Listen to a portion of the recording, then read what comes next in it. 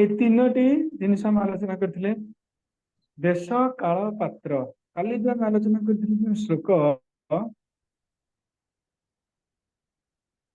ଯେ ଭଗବାନ, ଏ ଶ୍ଲୋକ କଣ ରିଲେଟେଡ୍ ଥିଲା ମନେ ଅଛି କି କହିପାରିବେ? କାଲି ଆମେ ଆଲୋଚନା କରିଥିଲେ ଭଗବାନ କାଳ ବିଷୟରେ ଆଲୋଚନା କରିଥିଲେ। କେଉଁ ସମୟରେ ଭଗବାନ କଣ ଅବତରିତ ହୋଇଥାନ୍ତି?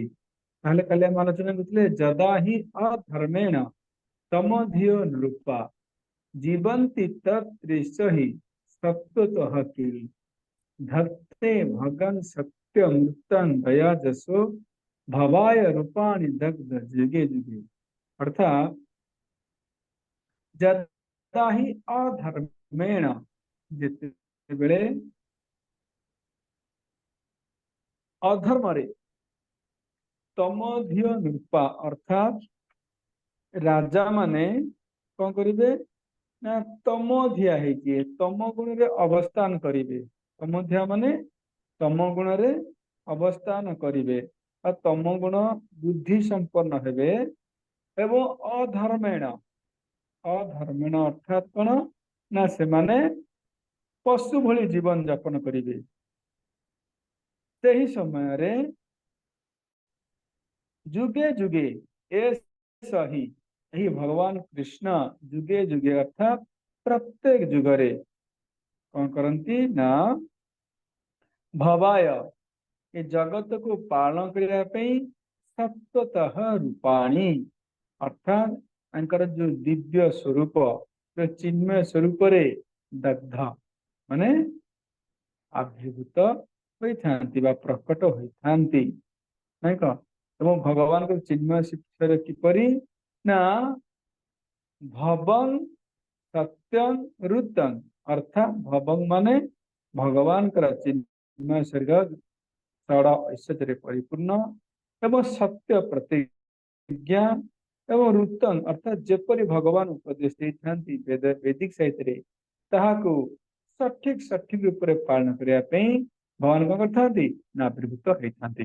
ଇଏ ଆମେ କାଲି ଆଲୋଚନା କରିଛେ।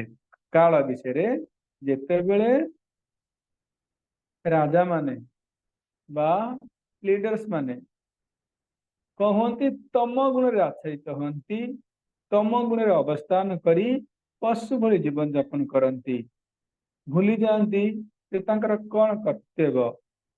ସେତେବେଳେ ଭଗବାନ କୃଷ୍ଣ ଏ ଧରାଧାମରେ କହନ୍ତି ନା ଆବିର୍ଭୂତ ହୋଇଥାନ୍ତି। ଠିକ ଅଛି, ହରେ କୃଷ୍ଣ। ଆଜି ଆମେ ଆଲୋଚନା କରିବା ଶ୍ଲୋକ ନମ୍ବର 26।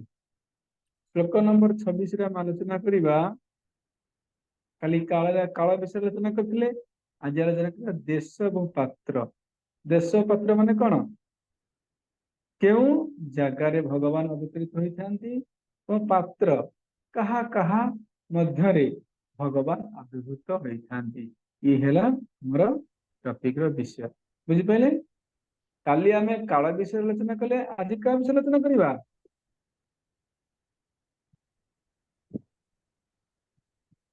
ଆଜି ଆମେ ଆଲୋଚନା କରିବା ଦେଶ ଏବଂ ପାତ୍ର ବିଷୟରେ। ଭଗବାନ କେଉଁଠି ଏବଂ କାହା ସହିତ ଆବିର୍ଭୂତ ହୋଇଥାନ୍ତି। ଚାଲନ୍ତୁ ଯିବା ଶ୍ଲୋକ ନମ୍ବର 26। ଶ୍ଲୋକ ନମ୍ବର 26 ଦେଶ ଏବଂ କାଳ ଭିତରେ ଆଲୋଚନା କରୁଛି। ଅହୋ ଅଳଂ ସାଘ୍ରତମଂ ଯଦୋକୁଳଂ ଅହୋ ଅଳଂ ପୁଣ୍ୟତମୋ ମଧୋବନଂ ଯଦ ଏଷ ପୁଂସାମରୁଷଭ ଶ୍ରିୟପତିଃ ସୁଜନ୍ମନା ଚକ୍ରମଣେନ च अंचति। अहो अलं साघ्नतम, अहो अहो अलं सा अहो अलं कोई स्टाइल में बोलते थे आज्ञा माता जी, मेरा मन पड़ने हो स्टाइल टा भूल गया हूँ। बोल ले आज्ञा माता जी, रणमा बोल ले हरे कृष्णा।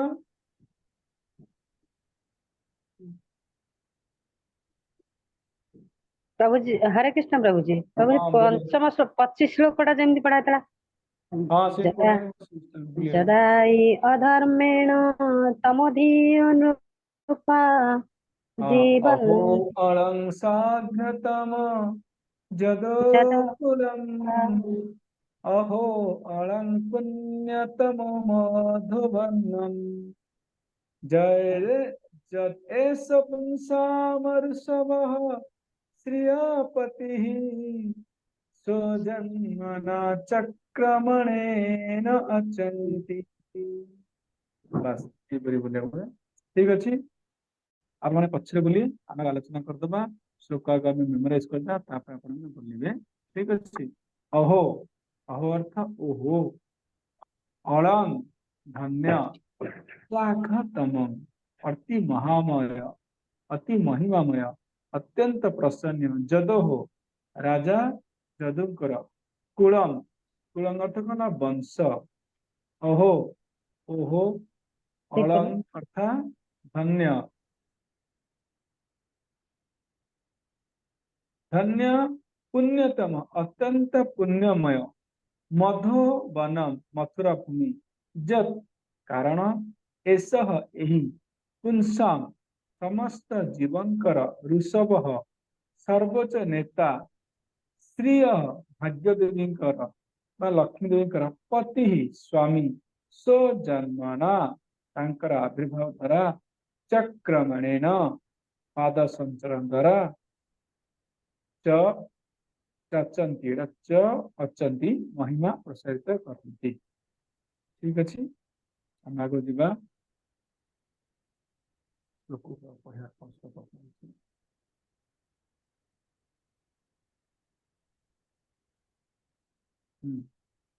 देखा देखा देखा आगे आगे अहो अहो अर्थ अहो मान आश्चर्य अहो जदकुलम एई महाराज जदुंकर वंश यही महाराज जदुंकर वंश श्लाघतम श्लाघतम अर्थात अत्यंत पुण्य व अत्यंत जशस्य अटे अत्यंत कौन महिमामय अटे यद कहीं महिमामय अटे कहीं ना यशः पुंसाम यशः पुंसा माने एही पुरुष मानक मध्यरे ऋषभः अग्रगण अग्रगण माने पुरुष मानक मध्यरे जे सबुठारु ज्ञान अटंती बा जे सर्वोच्च अटंती सर्वश्रेष्ठ अटंती बा सर्वोच्च नेता अटंती किए से प्रियः पति लक्ष्मीपति श्री भगवान कृष्ण स्वजन्मना निजर आविर्भाव अचंती यहाको सम्मानित करिसेंती काहे सम्मानित करिसेंती हरे कृष्ण काहे सम्मानित करिसेंती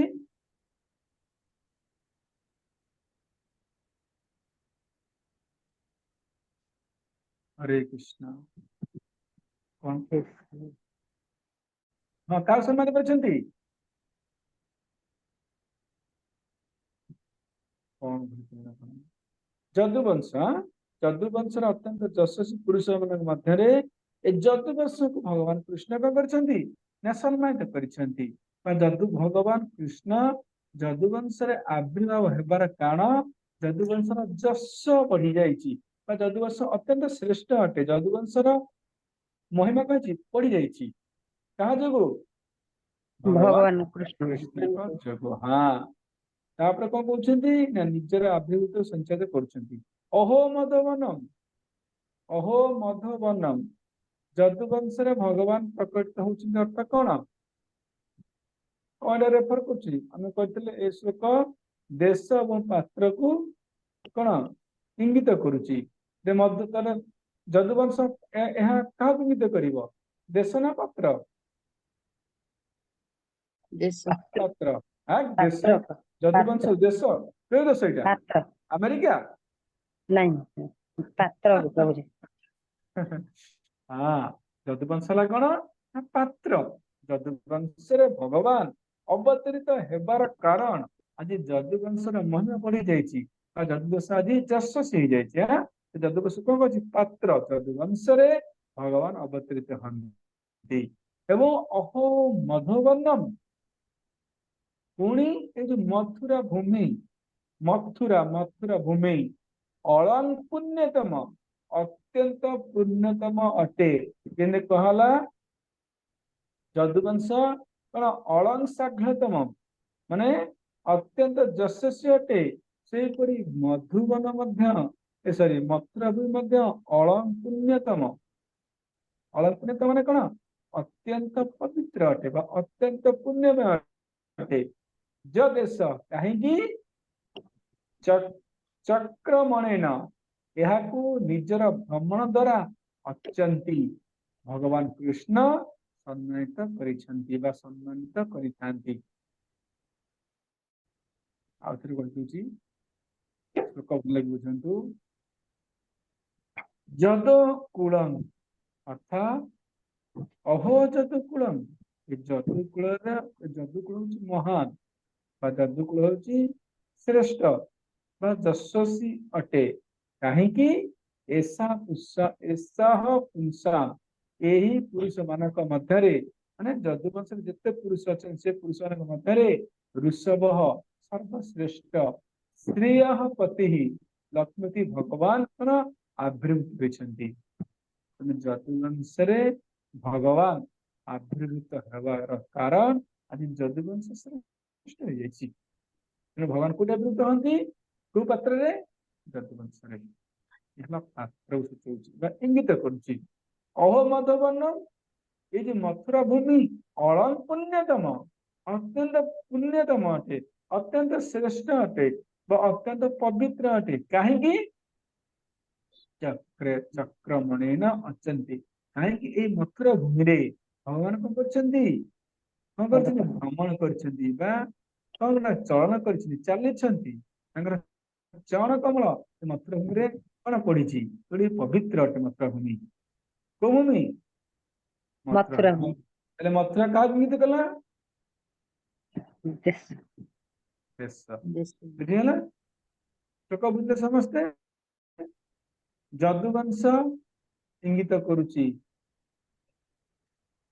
ପାତ୍ରକୁ ଯଦୁବଂଶରେ ଭଗବାନ ଆବିର୍ଭୂତ ହୋଇଥାନ୍ତି ଏବଂ ମଥୁରା ଭୂମି ତାକୁ ଇଙ୍ଗିତ କରୁଛି ଦେଶକୁ ଯେଉଁଠି ଭଗବାନ ଆବିର୍ଭୂତ ହୋଇଥାନ୍ତି એટલે ବୁଝିହେଲା ଭଗବାନ କାଳ ଦେଶ ପାତ୍ରରେ କିପରି ଆବିର୍ଭୂତ ହଉଛନ୍ତି କେଉଁ କାଳରେ କେଉଁ ଦେଶରେ ଏବଂ କେଉଁ ପାତ୍ରରେ ଭଗବାନ ଆବିର୍ଭୂତ ହୋଇଥାନ୍ତି ଆର୍ ୟୁ ଅଲ୍ କ୍ଲିୟର ଆଉ ଥରେ ପଢିବା ଅହୋବତ୍ ଏଇ ନା ଆଉ ଥରେ ପଢିବା ଶ୍ଲୋକ ସମୟ ଧ୍ୟାନ ଦେଇ ପଢନ୍ତୁ ଶ୍ଲୋକ अहो अलं साध्यतमो जदोकुलम् अहो अलं पुण्यतमो मधुवनम् जदेश पुंसामरुषभः श्रियपति सुजन्म चक्रामणेन चचन्ति बुझेला अहो अलं साग्रतमं जदोकुलम् परंतु अहो अलं सख्यतमं जदोकुलम् अहो अलं पुण्यतमो मधुवनम् अहो अलं पुण्यतमं मधुवर्णम् जदेश पुंसामरुषभः श्रियपतिः जदेश पुंसामरुषभः श्रियपतिः जदेश पुंसामरुषभः श्रियपतिः जदेश पुंसामरुषभः श्रियपतिः सुजन्मना चक्रमणेन चंचति सुजन्मना चक्रमणेन चञ्चन्ति सुजन्मना चक्रमणेन चंचति जन्मना चक्रमणेन चञ्चति आउथरे पढ़िया आउथरे पढ़िया लास्ट अहो अलं साघ्रतमं जदोपुरम् अहो तमः तत्कुलम् अहो अलं पुण्यतममधुवर्णम् अहो परं पुण्यतमं मधुवर्णम् जदेश पुंसामरुषभः श्रियपतिः जगदीश पुंसामरुष्यापते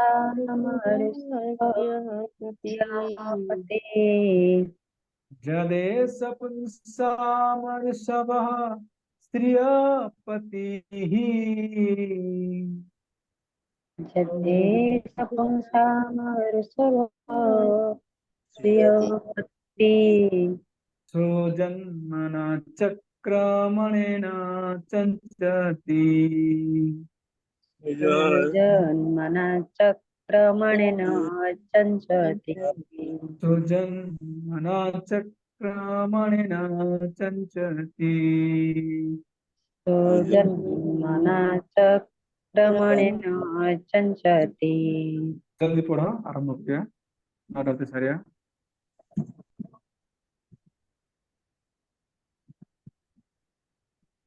जल्दी जल्दी लेट नो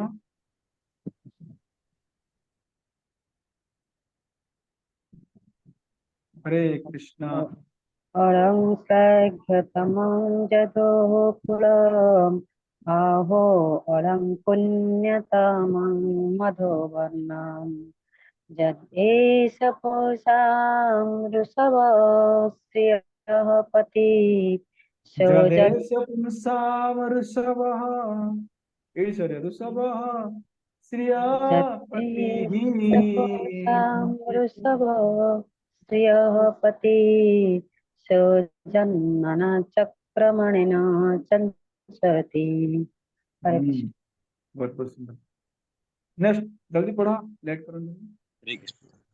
अहो अलं शतमं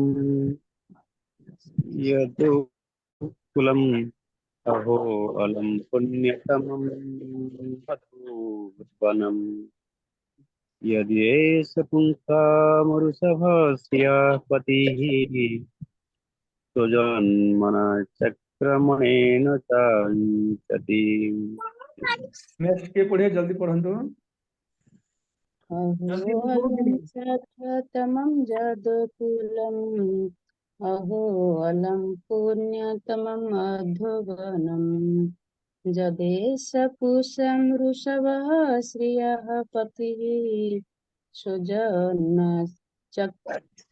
चक्रमणेन चञ्चति ठीक अच्छे आगे पढ़िए के पढ़िए आरंभ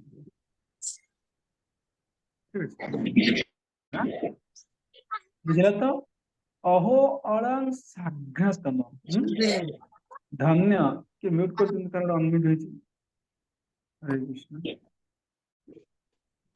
अहो अलं साघ्रतम जदोह कूलम ए जदु कूल होची केते पवित्र केते जसति केते श्रेष्ठ अटे कहीं ना एही मधुकूल रे ए जदुकूल रे भगवान श्रीकृष्ण कहले आविर्भूत हेले अहो अलं पुण्यतम किए ना मधुबन ए जो मथुरा होनी केते पुण्यतम अटे कहीं जदेश पुंसा ऋषभ श्रीपति यही श्रीपति लक्ष्मी पति कौन कले स्वजन्मना चक्रमणेन चञ्चति मथुरा कौन कौन कर चरण कर माने चली उठी खेली से धन्य से मथुरा भूमि यह सब सारांश चलते प्रभुपाद कौन कहते अहो ये जदुवंश ये धन्य अटे कहीं धन्य अटे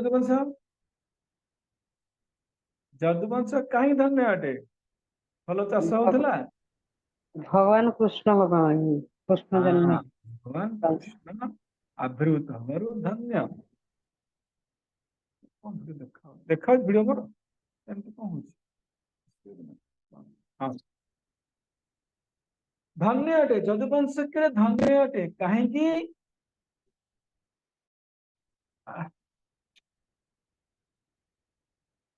ए मथुरापुरी केड़े पुण्यतम अटे जोठारे समस्त जीवकर सर्वोच्च नेता किए से नरेंद्र मोदी अटल बिहारी वाजपेयी नहीं भगवान लक्ष्मीपति भगवान श्री कृष्ण कौन करछंती ना जन्म ग्रहण करी लीला प्रसारित करिसंती ये मथुरा भूमि मथुरा में केते पुण्य अते केते श्रेष्ठ अते जो मथुरा में भगवान जन्म ग्रहण करी आज मथुरा को सर्वश्रेष्ठ कर देछंती एवं जदुकुल एटा महान अटे जो जदुकुल भगवान आधुनिक होई जदुकुल जस्व को बढ़ाई देछंती ना का ये होची देश और काल पत्र के देश केउं काल केउं पत्र भगवान आविर्भूत होइछांती चलନ୍ତୁ ଆମେ ଯିବା डायरी डायरी कौन कହୁଛି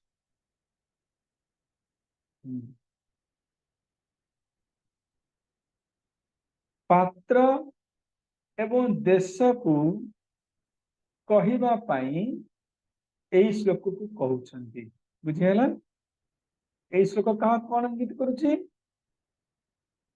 देश एवं पात्र को क्यों देश एवं के पात्र रे भगवान आविर्भूत होइथांती कहा ए श्लोक कौन करुछि रेफर करुछि जदुकुल साघ्रतम अटे एवं मधुबन अर्थात मथुरा मधुबन माने मथुरा मथुरा माने कौन मथुरा मथुरा माने ज्योति हाँ मथुरा माने मथुरा आपेल माने कौन सेव सेव माने कौन आपेल मधुबन अर्थात मथुरा मथुरा मंडल पुण्यतम अटे मथुरा मंडल माने ए मथुरा टोटल मथुरा डिस्ट्रिक्ट मथुरा जहाँ जहाँ अवस्थित कौन कौन ब्रजभूमि भगवान जो लीला करछंती आ कौन गोकुल आ नंदगांव बरसाना ये सब मथुरा मंडल अटे बुझे तो मथुरा डिस्ट्रिक्ट मथुरा राज्य को बुझे अपना मथुरा खाली बुझेबेनी तो मथुरा कि धन्य है भगवान तो कौन गोकुल लीला कले ना ये सब ये जो गोकुल नंदगांव बरसाना जहाँ भी अच्छी ये सबर मिश्रण हूँ कौन मथुरा बुझेगा तेणु मथुरा हूँ मथुरा मंडल पुण्यतम अटे कहीं पुण्यतम अटे मथुरा मंडल भगवान ये मथुरा रे कौन करछंती ना आविर्भूत होइछंती तेणु धन्य मथुरा अटे धन्य जदुवंश अटे यद्यपि साघ्रतम अत्यंत जस्वसी शब्द रे दुईटीर अर्थात कुल एवं देशर उत्कर्ष होइछि तथापि पुण्यतम एई पृथक उक्ति रे मथुरा देश को पुण्य प्रदान करिवार गुणर उत्कर्षर प्रसिद्ध पुस्तक हेउछि बहुत एटी कुआ जाउछि जदियो दुईटी जाकु को कौन कहउछि कुल एवं देशर उत्कर्ष हेउछि काहे कि ना दुईटी जाकर भगवान लीला करछन्ती गोटे रे गोटे कुल रे भगवान आविर्भूत होइछन्ती एवं गोटे कौन गोटे इंगित करछि केउठी क्यों देश रे कौन भगवान आविर्भूत होइछन्ती दुईटा को उत्कर्ष हेउछि तथापि पुण्यतम माने कौन मथुरा मथुरा हूँ पुण्य पुण्य प्रदान करिवार कौन पुण्यतम अर्थात मथुरा जी भी जाइए कौन निश्चित रूपे भगवान भक्ति की प्राप्त करिव नहीं कह मथुरा धन्य धन्य से मथुरा जो भगवान लीला संपादन कर गोचरण कर भगवान का चरण कमल जो पड़ी धन्य धन्य से मथुरा मथुरा को कह पुण्यतम कह क्या अपेक्षा जदुवंश अपेक्षा मथुरा देशर एही पूर्ण प्रदत्त अविद्या नष्ट करी प्रेम प्रदान करी थाए को माने जाइछन मथुरा हंड्रेड मथुरा को माने जाइछन आमे जाइछो वर्ल्ड रिकॉर्ड कर देले आगे जाइछन ରେଣୁ ମାତାଜୀ, ଅନ୍ନପୂର୍ଣ୍ଣା ମୁଁ କୁଆଡେ ଯାଇନି। ଆମର କଣ ଅନ୍ନପୂର୍ଣ୍ଣା ମାତାଜୀ, चलो सब चला चला प्रथम दर्शन करके आस कहीं अविद्या नष्ट करी प्रेम प्रदान करी थाए ये मथुरा को आम मैंने समस्ते जीवा उचित, भ्रमण करवा उचित, देखा उचित, भगवान लीला को श्रवण करवा उचित से जगह बसिकी समस्त अनुरोध मैंने मथुरा को जातु। गुणर अतिशयता को प्रकट करने अलंग शब्द को प्रयोग कर अति आश्चर्य प्रकट करने अहो शब्द कह अहो अहो माने अति आश्चर्यजनक कौन अति आश्चर्य अत्यंत आश्चर्य कहले चले। ओह केड़े बड़ केड़े धन्य केते धन्य। हाँ आम आश्चर्य हो नहीं ये सी एत बड़ कम करदेला से भली मथुरा भूमि की आश्चर्य कौन अत्यंत आश्चर्य प्रकट करा अटे कहीं निजर जन्म द्वारा भ्रमण करने द्वारा एवं च अर्थात अन्य विविध अद्भुत कर्म द्वारा भगवान श्री कृष्ण मथुरा प्रदेश को पूजन बा सत्कार करुचंती। बुझा चेष्टा करंतु यह कहीं केमिति कह जाउची यह को आश्चर्य करी कहीं कह छी कहीं ना भगवान के जन्म ग्रहण करछंती खाली जन्म ग्रहण नुह भगवान एठी भ्रमण करिसेंती माने मथुरा मंडल भगवान सब आड़े कौन करछंती चली बुली भ्रमण करिसेंती गमन करिसेंती एवं आउ कौन होची ना विविध अद्भुत कर्म ये मथुरा मंडल रे कौन भगवान संपादन करिसेंती तेणु मथुरा मंडल को कौन कौन पूजन बा सत्कार भगवान उत्कर्ष करते मथुरा मंडल गुण को भगवान उत्कर्ष कर किपरि विविध अद्भुत कर्म संपादन करी बुझेगा विविध कर्म माने जो भगवान अद्भुत लीला कर मथुरा रे कौन गोटे लीला अद्भुत लीला कौन मान कर गोटे तो कह काली आम एत आलोचना कले आज गोटे मन कौन हाँ आउ कीर्तनକୁ ମାଇଲେ ଅଭ୍ୟାସରୁ ତୁଳସୀରୁ କାଳି अरे गोवर्धन टेकिबा कालिया दहन करिबा कीर्तनକୁ अद्भुत ଅଘାସୁର भगवान ବକାସୁର ସମସ୍ତଙ୍କ ବଧ हाँ हाँ हाँ ବର୍ତ୍ତମାନ ଆପଣ ସବୁ କହିଦେବେ ଜାଣିଛି ଆପଣ ଲିଙ୍କ ଦେଲା ମାନେ ଆପଣ ଛାଡ଼ିବେନି ପୁରା ଛାଡ଼ିଦେବେ ନା ନ ଟାଇମ ନା କହିବେ ବସିକି ଆପଣ ମାନେ ହଉ ହଉ ଠିକ ଅଛି ମାଟି ଖାଇବା ବି ଅଦ୍ଭୁତ ରହିଲା ଆଜ୍ଞା ତେଣୁ ଏ ଅଦ୍ଭୁତ କର୍ମ ଦ୍ଵାରା ଭଗବାନ କୃଷ୍ଣ କଣ କରୁଛନ୍ତି ନା ମଥୁରା ମଣ୍ଡଳର ଉତ୍କର୍ଷକୁ ବଢାଉଛନ୍ତି ହଁ କି ନାଇଁ ଯଦି ଭଗବାନ କୃଷ୍ଣ ଥାନ୍ତେ ଆଜି ମଥୁରା କିଏ ଜାଣିଥାନ୍ତା ବୁଝିହଉଛି ତ अचंती अचंती शब्द द्वारा एठारे वर्तमान निर्देश द्वारा भगवान जन्म आदि लीला नित्यतर बुद्ध होउछि देखो कौन कह जाउछि अचंती श्लोक देखो कहि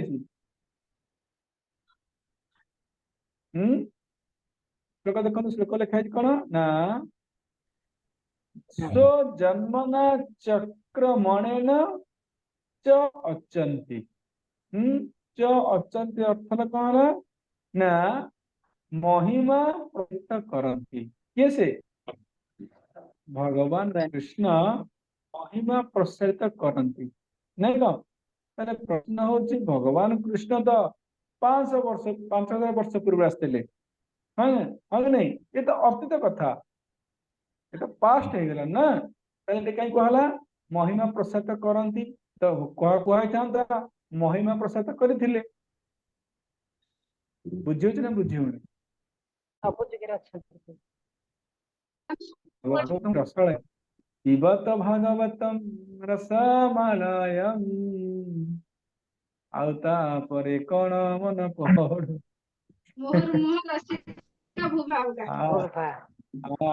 कहबार उद्देश्य होची तो अचंती कहीं प्रेजेंट कहीं कहला भगवान प्रसाद करती महिमा को कहीं कहलानी जे 5000 वर्ष पूर्व तो भगवान कृष्ण आसी तो कहता भगवान महिमा को प्रसाद करथिले मथुरा मंडल महिमा को भगवान प्रसाद करथिले किंतु प्रेजेंट काई कहउची कोना के मंदिर कोन कहउथिले काई कहउची भगवान सब जुगे अछंती प्रभु सेतेବେଳେ ଥିଲେ ଏବେ ବି ଅଛନ୍ତି हाँ आपण तो कहि परथांते ना भगवान करथिले करूछंती काई कहउछंती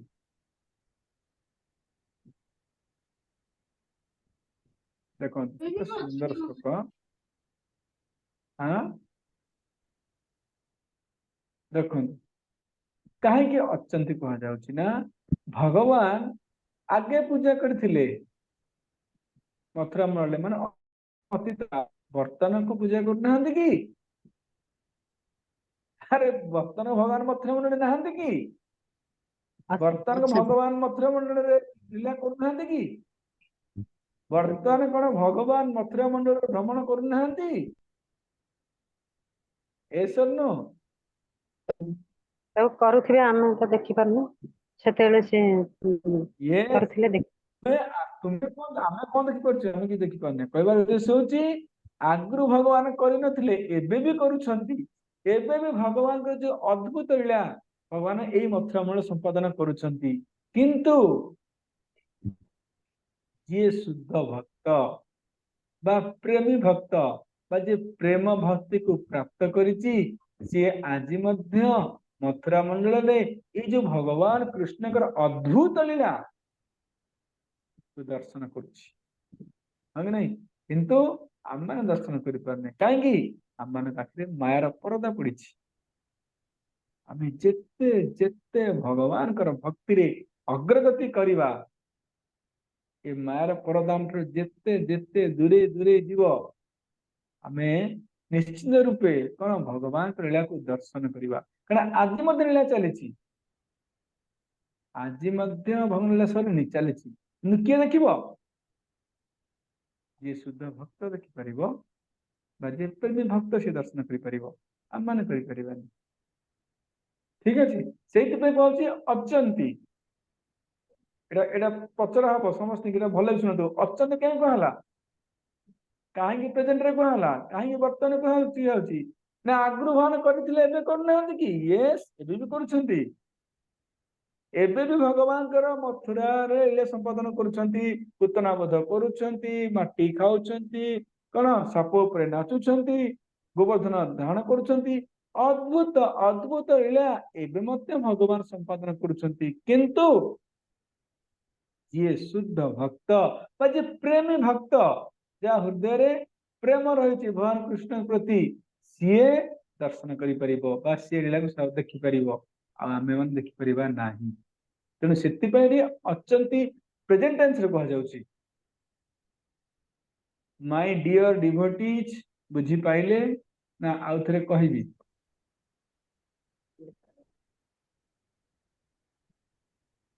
कहाँ हम हाँ बुझले भी क्या कहबी जल्दी ना कहला में सारिया पूरा सारी तो बुझेला अन्नपूर्णा माता जी आपण तो कौन जल्दी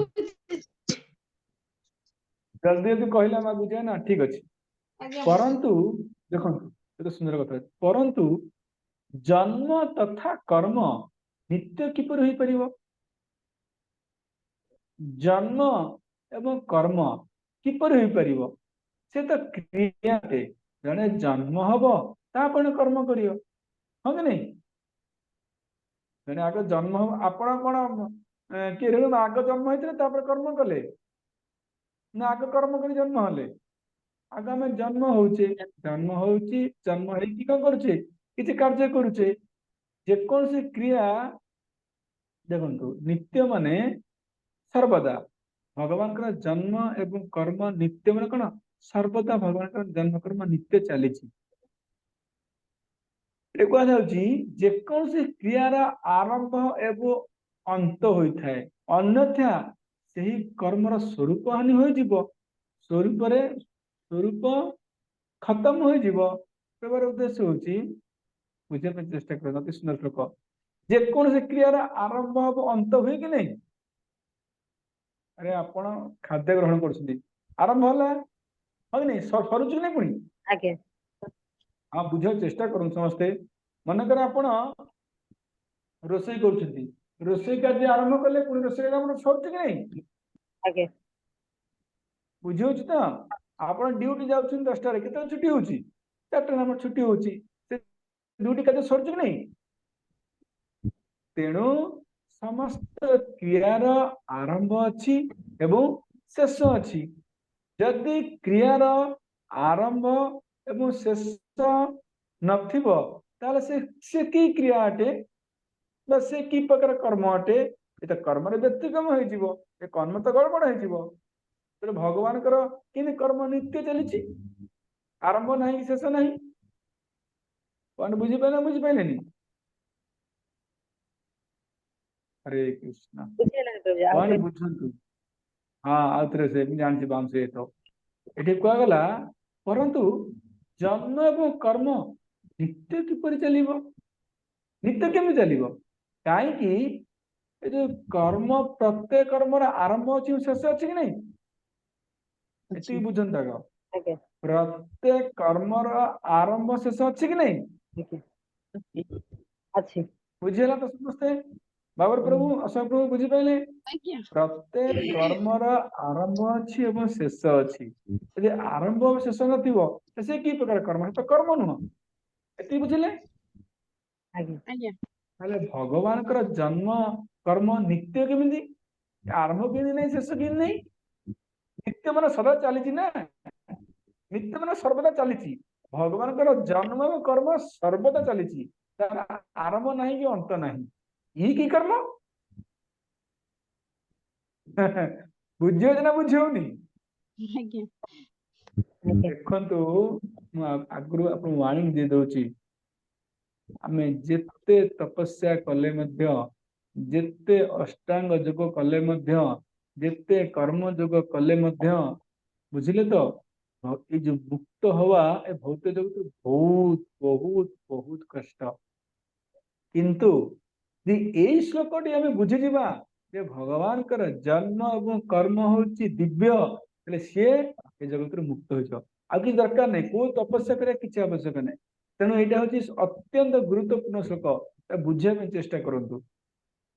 ଏଗେନ୍ ମୁଁ କହୁଛି, କହିବାର ଉଦ୍ଦେଶ୍ୟ ହଉଛି ଭଗବାନଙ୍କର ଜନ୍ମ କର୍ମ ଚମେ ଦିବ୍ୟମ୍ जो व्यक्ति तत्वतः तत्ता पुण्य धर्म नमेति सोर्जुन। अर्थात अर्जुन मोर जन्म एवं कर्म कौन दिव्य। जिया को बुझीजीव खाली मोर जन्म को मोर कर्म को तत्ता पुण्य जन्म तार आउ पुण्य जन्म हेब नाही। भगवान कोठी कहले? चैतन्य चैतन्य कहते कोठी भगवान कहते? ଭାଗବତମ ଗୀତାରେ ଗୀତାରେ ଭଗବତ ଗୀତା ଗୀତାରେ କହିଛନ୍ତି। ତେଣୁ ସେଥିପାଇଁ ମୁଁ କହୁଛି ଏଇ ଗୋଟେ ଶ୍ଲୋକ ଯେ ଆରାମସେ ବୁଝିଯିବା, ଏ ଜନ୍ମର ନେକ୍ସଟ ଟାଇମ ଜନ୍ମ ହବନି, ଗୋଲକ ଧାମ ପଡିବା।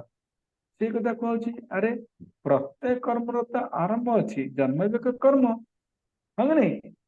ଜନ୍ମ ଅଛି ମାନେ କଣ ତାର କଣ ଶେଷ ବି ଅଛି? ସେ କର୍ମର ଆରମ୍ଭ ଅଛି ମାନେ ସେ କର୍ମ ଶେଷ ଅଛି। ତାହେଲେ ମତେ କୁହନ୍ତୁ, ଯଦି କର୍ମର ଆରମ୍ଭ ଶେଷ ନାହିଁ ସିଏ କି ପ୍ରକାର କର୍ମ? ବୁଝିପାରିଲେ ତ? ତାହେଲେ ଭଗବାନଙ୍କର ଯୋଉ କର୍ମ ନିତ୍ୟ କିପରି ହବ? ମାନେ ଚାଲିଛି, ତାର ଅନ୍ତ ନାହିଁ, ତାର ଶେଷ ନାହିଁ କି ଆରମ୍ଭ ନାହିଁ, ଇଏ କିପରି ହେଇପାରିବ? ବୁଝିବନି କି? ନିତ୍ୟ ସନାତନ ମାନେ ନିତ୍ୟ। ଆଜ୍ଞା ବୁଝିପାରିଲେ ମୋ ଷ୍ଟେଟମେଣ୍ଟ ଟା ବୁଝିପାରୁଛି ବୁଝିପାରିଲେନି ମତେ ବୁଝିପାରୁଛି କୁହନ୍ତୁ। ପ୍ରଭୁ ବୁଝିପାରୁଛି। କିଏ ବୁଝିପାରିଲେନି ହ୍ୟାଣ୍ଡ ରେଜ କରନ୍ତୁ। ଦେଖନ୍ତୁ ଏ ଗୋଟିଏ ଶ୍ଲୋକ ଆମକୁ ମୁକ୍ତି କରିଦେବ ଜନ୍ମରୁ, ଏ ଭୌତ ଜଗତର ନେକ୍ସଟ ଟାଇମ ଜନ୍ମ ଦବ ନାହିଁ। ଅତ୍ୟନ୍ତ ଗୁରୁତ୍ୱପୂର୍ଣ୍ଣ ଶ୍ଲୋକ, ଆପଣଙ୍କୁ ଏମିତି ଭାବନ୍ତୁନି। ଆଉ ଥରେ କହୁଛି, ଭଗବାନଙ୍କର ଜନ୍ମ ଏବଂ କର୍ମ ହଉଛି କଣ ଦିବ୍ୟ। କିନ୍ତୁ କୁହାଯାଉଛି ଆରେ ପ୍ରତ୍ୟେକ କର୍ମ ତ ଆରମ୍ଭ ଅଛି ଶେଷ ଅଛି, ଇଏ ଭଗବାନଙ୍କର ଜନ୍ମ ଏବଂ କର୍ମ କିପରି ନିତ୍ୟ କିପରି ହେଇପାରିବ? ନିତ୍ୟ କେମିତି ହବ? ସର୍ବଦା କେମିତି ହବ? ସର୍ବଦା କେମିତି ଚାଲିଛି? ତାର ଅନ୍ତ କେମିତି ନାହିଁ, ଆରମ୍ଭ କେମିତି ନାହିଁ? ତାହେଲେ ଯଦି ଅନ୍ତ ନାହିଁ, ସେ କଣ ତାର ଆରମ୍ଭ ନାହିଁ, ସେ ତ କର୍ମ ନୁହଁ। ବୁଝିପାରିଲେ? प्रश्न आज्ञा। को बुझी पाइलेनी आज्ञा बुझिगली बाबर प्रभु बुझिले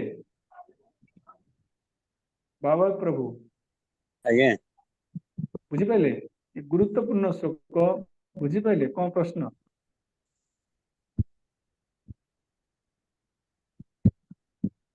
नाहांती बोले अशोक प्रभु बुझिले ଟିକେ disturb ହଉଛି ଟିକେ रेणुमा बुझिले रेणु माता जी बुझिले आज्ञा प्रभु कौन बुझिले तले कौन जल्दी कौन दो भगवानଙ୍କର समय नहीं जन्म दिव्य हाँ ଆଉ ସେ- सिंपल कथा कौन आके मते जल्दी कहले कौन बुझिले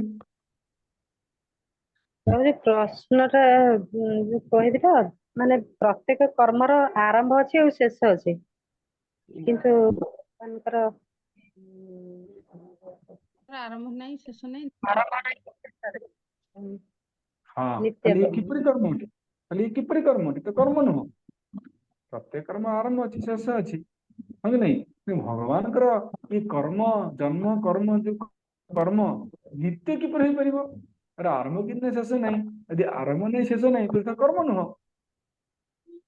बुझिला प्रश्न प्रश्न ଆଜ୍ଞା बुझी पारे तो बुझे समस्त अनुरोध चेष्टा करंतु रेकर्डिंग होची सुनि देबे ସବୁ ଏଇ କଣ ଶିଶୁପାଳ ଗୋଟେ ଚ୍ୟାନେଲ ଶୁଣିବାକୁ ପୋଷ୍ଟିଂ ହଉଛି ନା ଏହା ଦୋଷ ନୁହେଁ କାହିଁକି ସର୍ବକାଳରେ ଭଗବାନଙ୍କର ଅନନ୍ତ ସ୍ୱରୂପ ଅଟେ ଅନନ୍ତ ପ୍ରକାଶନ ଅଟେ ଏହି କାରଣରୁ ତାଙ୍କର ଜନ୍ମ ତଥା କର୍ମର ଅନନ୍ତ ଲୀଳା ମଧ୍ୟ ଅଟେ ବୁଝିଲେ କାହିଁକି ଭଗବାନଙ୍କର ଜନ୍ମ ଏବଂ କର୍ମ ନିତ୍ୟ ଅଟେ କାହିଁକି ସର୍ବଦା ଚାଲିଛି यार କାହିଁକି ଅନ୍ତ ନାହିଁ ଆରମ୍ଭ ନାହିଁ କାହିଁକି ନା ଅନନ୍ତ ସ୍ୱରୂପ ଭଗବାନଙ୍କର ଅନନ୍ତ ପ୍ରକାଶନ ଅଟେ ଦେଖନ୍ତୁ ସୁନ୍ଦର ଏକ୍ସାମ୍ପଲ ଦିଆହଉଛି ପ୍ରତ୍ୟେକ ସମୟରେ ସୂର୍ଯ୍ୟ ଉଦିତ ହେଉଛନ୍ତି କି ଏସର ନ ଅଛନ୍ତି ପ୍ରତ୍ୟେକ ସମୟରେ ସୂର୍ଯ୍ୟ ଉଦିତ ହେଉଛନ୍ତି କି ଏସର ନ ନା ନାହିଁ ପ୍ରଭୁ ଜଣା ପଡୁଛନ୍ତି କୁଦିତ ହୁଅନ୍ତିନି ସବୁବେଳେ ସର୍ବଦା ସ୍ଥିର ପୁରା ଆପଣମାନେ ସବୁ ଚାଲାକ ହେଇଗଲେଣି ଆଉ ହଁ କଣ ପ୍ରତ୍ୟେକ ସମୟରେ ସୂର୍ଯ୍ୟ ଉଦିତ ହେଉଛନ୍ତି ଆଜ୍ଞା ଏଠି ସିନା ସୂର୍ଯ୍ୟ ଉଦିତ ହଉନାହାନ୍ତି ଆମେ ସୂର୍ଯ୍ୟ ଦେଖିପାରୁନେ କୋଉଠି କୋଉଠି ପୁଣି ଦିନ ହେଇଛି କି ନାଇଁ ଆଜ୍ଞା ହଁ ସାଧାରଣ ଆପଣ ବୁଝିପାରୁନାହାନ୍ତି ଏମିତି ଗୋଟେ ଦେଶ ଅଛି ପୁଣି ଏଠି ସୂର୍ଯ୍ୟ ଉଦିତ ହଉଛନ୍ତି କି ନାଇଁ ବୁଝିହଉଛି ନାଇଁ ପ୍ରତ୍ୟେକ ସମୟରେ ସୂର୍ଯ୍ୟ ଉଦିତ ହଉଛନ୍ତି ଆମର ଏଠି ରାତି ହେଲେ ମଧ୍ୟ କୋଉଠି ଦିନ ଅଛି କୋଉଠି ଦ୍ୱିପହର ହେଇଥିବ କୋଉଠି 10ଟାରେ ହେଇଥିବ କୋଉଠି ସନ୍ଧ୍ୟା ହେଇଥିବ ପ୍ରତ୍ୟେକ ସମୟରେ ସୂର୍ଯ୍ୟ ଉଦିତ ହଉଛନ୍ତି ନା କୁହନ୍ତୁ ଆଜ୍ଞା ବୁଝିପାରିଲେ ନା ବୁଝିପାରିଲେ ହଁ ମତେ ଆନ୍ସର ଦିଅନ୍ତୁ ପ୍ରତ୍ୟେକ ହେଇଯାଉଛି ହଁ ବୁଝିହେଲା ପ୍ରତ୍ୟେକ ସମୟରେ ସୂର୍ଯ୍ୟ ଉଦିତ ହେଉଛନ୍ତି ଆରେ ଆମର ସିନା ଏଠି ସିନା ଓଡିଶାରେ ସୂର୍ଯ୍ୟ ନାହାନ୍ତି ଆଉ କୋଉ ସୂର୍ଯ୍ୟ ନାହାନ୍ତି ନା କଣ ଆଜ୍ଞା 14 ବ୍ରହ୍ମାଣ୍ଡରେ ତ ଗୋଟିଏ ସୂର୍ଯ୍ୟ ପ୍ରତ୍ୟେକ ସମୟରେ ଦେଖନ୍ତୁ ପ୍ରତ୍ୟେକ ସେକେଣ୍ଡ ସୂର୍ଯ୍ୟ ଉଦୟ ହେଉଛନ୍ତି ହଁ କି ନାଇଁ ସେହିପରି ଭଗବାନଙ୍କର ଏ ଯୋଉ ଲୀଳା ପ୍ରତ୍ୟେକ ସମୟରେ ଚାଲିଛି ବୁଝିବା ପାଇଁ ଅତି ଇଣ୍ଟରେଷ୍ଟିଂ କଥା ପୁରା ମନ ଧ୍ୟାନ ଦିଅନ୍ତୁ ଯେପରି ସୂର୍ଯ୍ୟ ପ୍ରତ୍ୟେକ କଣ ପ୍ରତି ସମୟରେ ଉଦୟ ହେଉଛନ୍ତି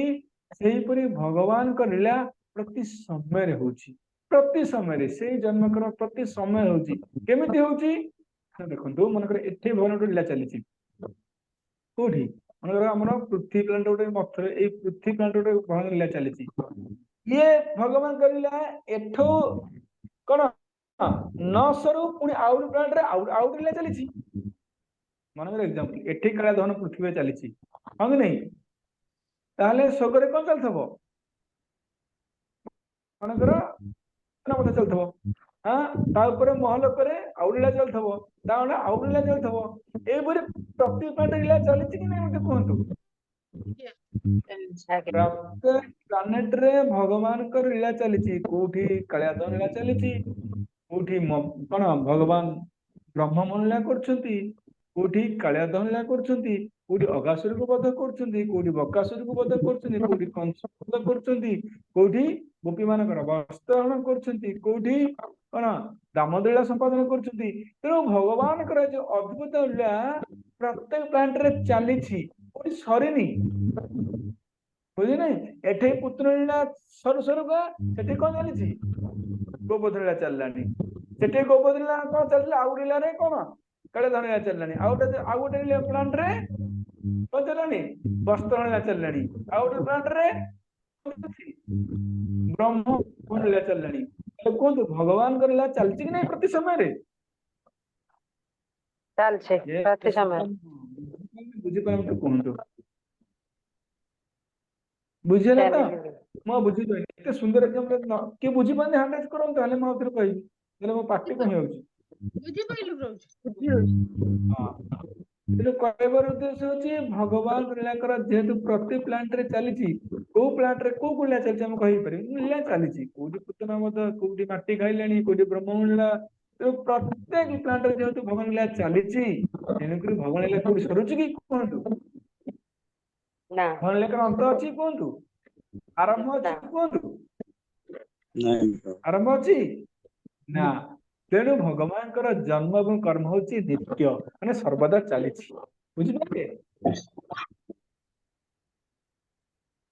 बुझी पाइले माय डियर डिवोटीज ଆଜ୍ଞା এই ଶ୍ଲୋକଟି ଦୟାକରି ସମସ୍ତେ ଧ୍ୟାନ ଦେଇକି ବୁଝନ୍ତୁ କାହିଁକି ନା ଏ ଶ୍ଲୋକ ଯଦି ବୁଝିଯିବା ଆମର ଜନ୍ମଗ୍ରହଣ ହବନି ଏଠି ଆମେ ସେକେଣ୍ଡ ଟାଇମ ଏଠି ଜନ୍ମଗ୍ରହଣ କରିବା ନାହିଁ ଏ ଦୁଃଖମୟ ଜଗତରେ ତେଣୁ ଭାଇ ଆପଣଙ୍କୁ ସମସ୍ତଙ୍କୁ ରିକ୍ୱେଷ୍ଟ କରୁଛି କାକୁତି ମିନତି କରୁଛି ଆପଣ ଦୟାକରି କିନ୍ତୁ ସମସ୍ତେ ବୁଝ ଜାଣ ଆଉ ଥରେ ମୁଁ କହିବି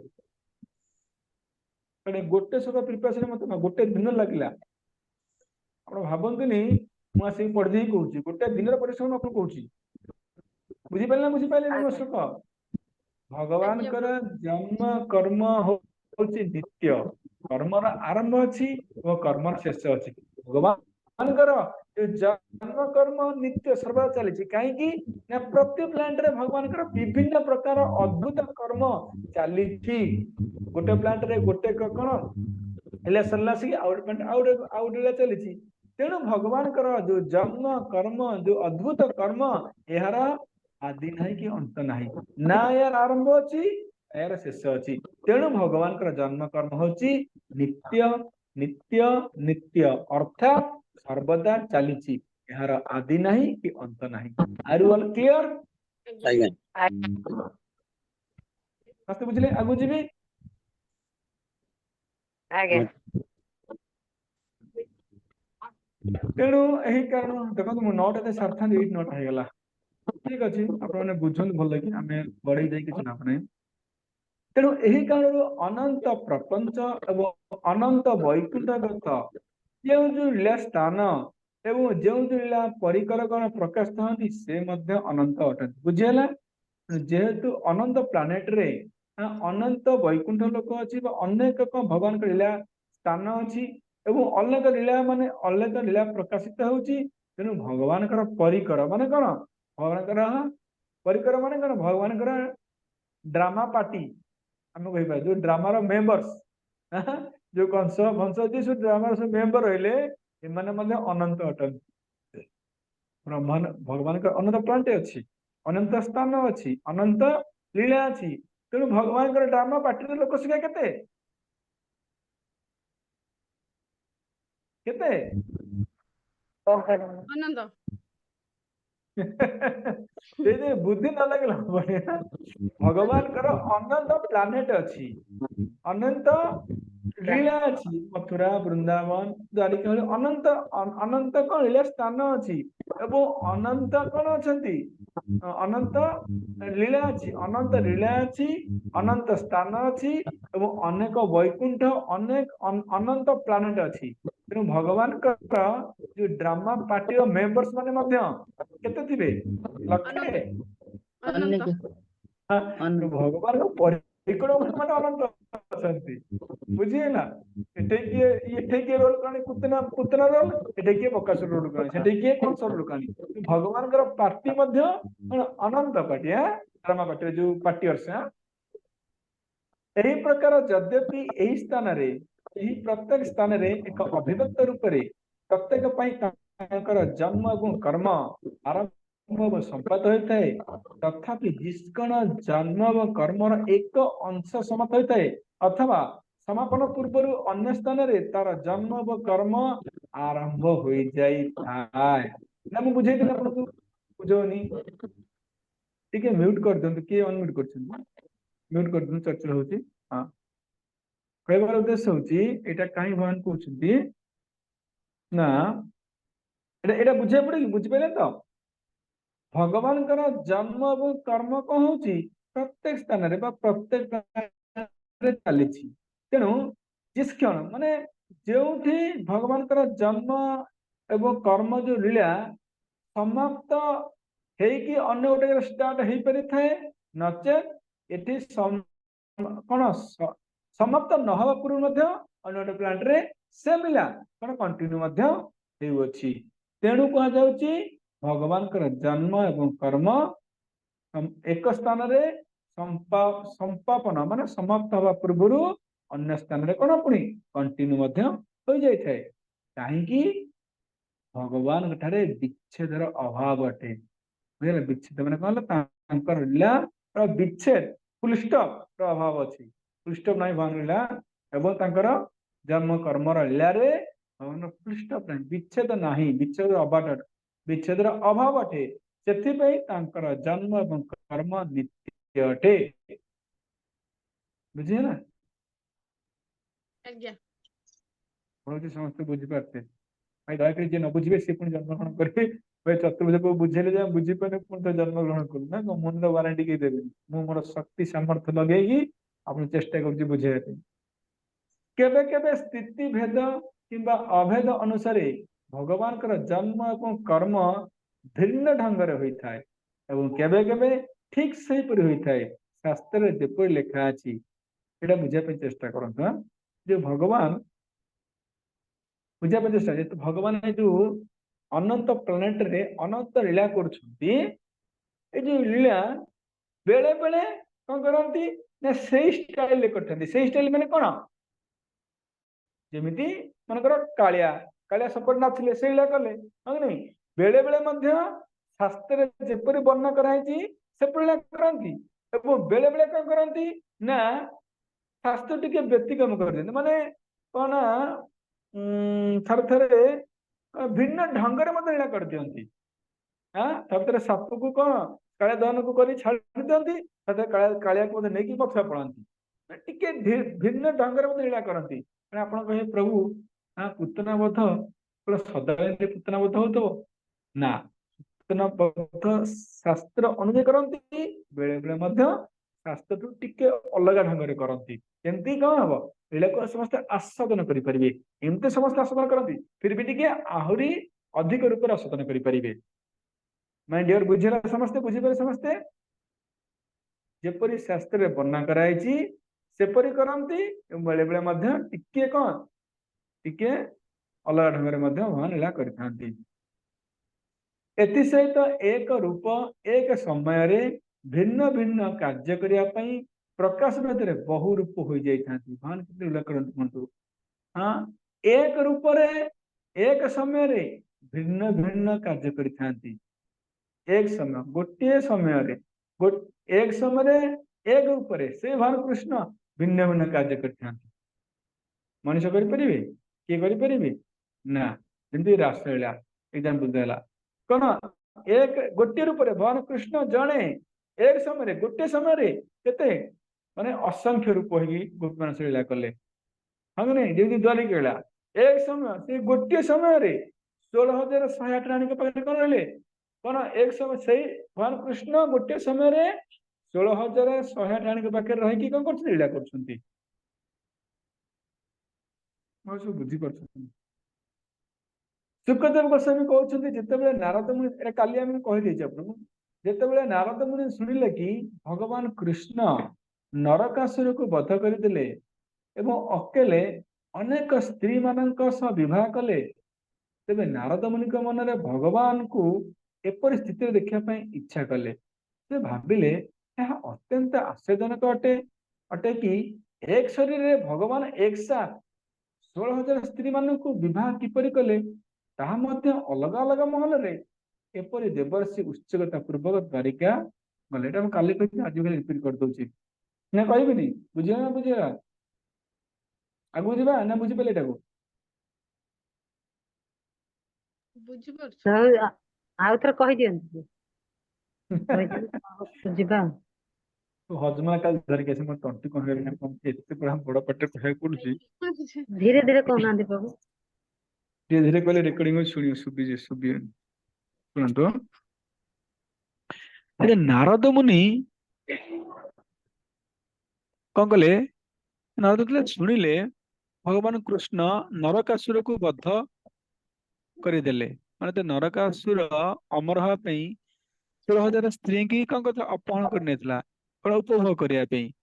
କିନ୍ତୁ ଭଗବାନ କୃଷ୍ଣ କଣ କଲେ ନା ନରକାସୁରକୁ ବଧ କରି 16,000 ସ୍ତ୍ରୀଙ୍କୁ କଣ କଲେ? ଉଦ୍ଧାର କଲେ। ଆମର ଶାସ୍ତ୍ରରେ ବର୍ଣ୍ଣନା ହେଇଛି, ଯଦି ଜଣେ ସ୍ତ୍ରୀ କଣ ଜଣେ କିଡନାପ କରିବ, ତ ସ୍ତ୍ରୀ ଆଉ କାହାକୁ ମ୍ୟାରେଜ କରିପାରିବ ନାହିଁ। ତେଣୁ 16,000 ସ୍ତ୍ରୀ ମାନେ ଭଗବାନ କୃଷ୍ଣଙ୍କୁ କଣ କଲେ?